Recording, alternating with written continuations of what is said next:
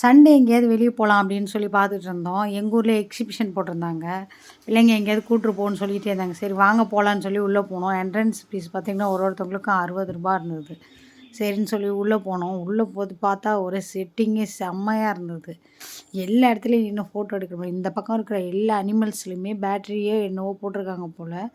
அந்தந்த அனிமல்ஸுக்கும் வர சவுண்டு அந்த மாதிரி மூமெண்ட்டு எல்லாமே நல்லா இருந்தது.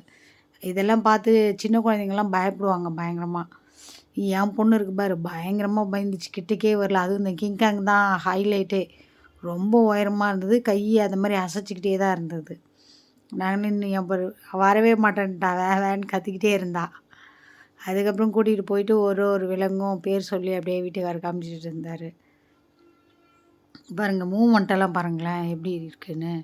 அதுவும் அந்த என்ட்ரன்ஸ்லேயே நிற்கிற யானை தான் ரொம்ப பெருசாக ஏன்னு சவுண்டு போட்டுக்கிட்டே இருந்தது.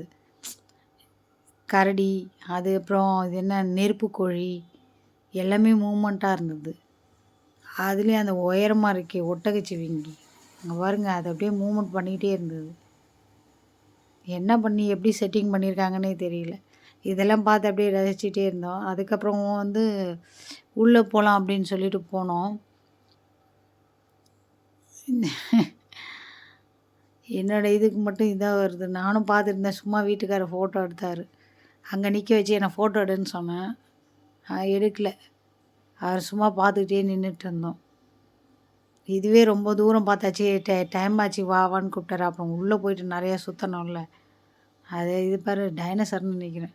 அப்புறம் உள்ளே போயிட்டு இந்த மாதிரி ஜம்பிங்கில் போயிட்டு பசங்க நான் கொஞ்சம் நேரம் விளையாடிக்கிட்டு இருந்தாங்க. ஏறி ஏறி எம்பி குடிக்கிறது. இது உள்ளே போகிறதுக்கு வந்து ரூ. 80 ஆச்சு. அது மாதிரி இந்த போட்டிங் வந்து எவ்வளோ நேரம் வேணாலும் நம்ம ஓட்டிக்கிட்டே இருக்கலாம். ரொம்ப நேரம் அவங்க தூக்கி விட்டு நீயே நம்மளே போர் அடித்து போய் வெளியே வந்தால் தான் உண்டு. அவ்வளோ தூரம் வரைக்கும் ஓட்டிக்கலாம். ஒரு ஆளுக்கு வந்து ரூ. 80.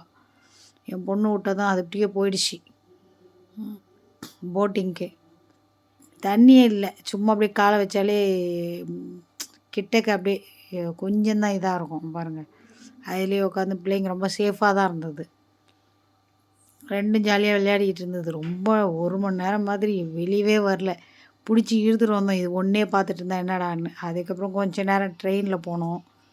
2 பிள்ளைங்களும் விழுந்துருமோன்னு பயந்துகிட்டு இருந்தேன். 2ம் ஒன்றா அடிச்சிக்காமல் உட்காந்துருந்ததுங்க. அவர் பின் லாஸ்ட்டில் உட்காந்துருக்குங்க. நல்லா சேஃபாக போட்டிருந்தாங்க. இந்த பக்கம் அந்த பக்கமும் லாக்கு. போன டைம் போகக்குள்ள நானும் போயிருந்தேன் ட்ரெயினுக்கு. எங்கள் அப்பாவும் வந்திருந்தாங்க. நல்லா இருந்தது. இந்த தடவை அவர் வரல. நாங்கள் மட்டும் போய் பார்த்துட்டு வந்துட்டோம்.